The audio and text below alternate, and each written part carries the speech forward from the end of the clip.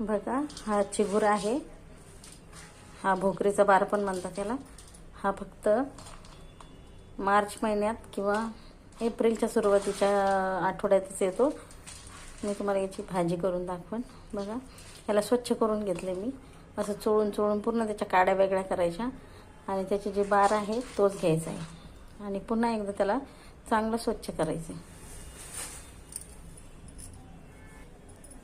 तुम्ही याची भाजी खाल्ली की नाही मी सांगू नाही शकत, पण नक्की ही भाजी तुम्ही ट्राय करा तुमच्याकडे भेटत असेल तर, कारण याच्यामध्ये कॅल्शियमचं प्रमाण खूप भरपूर प्रमाणात असते. एकदम कमी साहित्यात तयार होणारी भाजी ही.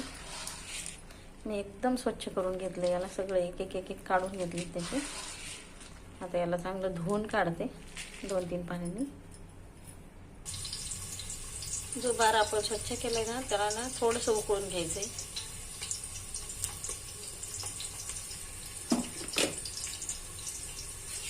बघा, फक्त एक उकळी काढायची त्याला. उकळून याच्यासाठी काढायचं की याच्यामध्ये थोडा चिकटपणा असतो, तो निघून जातो. तुरट तुरट लागते नाही तर भाजी. 2 प्रकारच्या करतात, तसं पण टाकू शकता तुम्ही, पण मी अशाच पद्धतीने करते कारण की माझी आई अशा पद्धतीने बनवायची.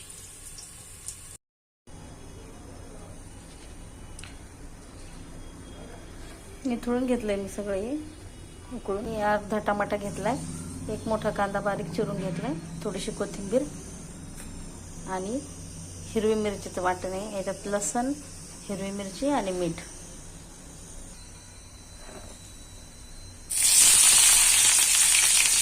तेलामध्ये कांदा टाकून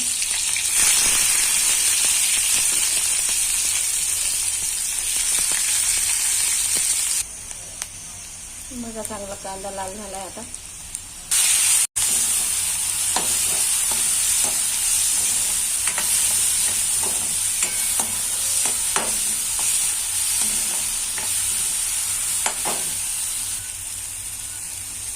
थोडीशी हळद, कांदा, टोमॅटो आणि सगळं परतलंय व्यवस्थित. मिरची पण चांगली भाजली गेली. कोथिंबीर टाकते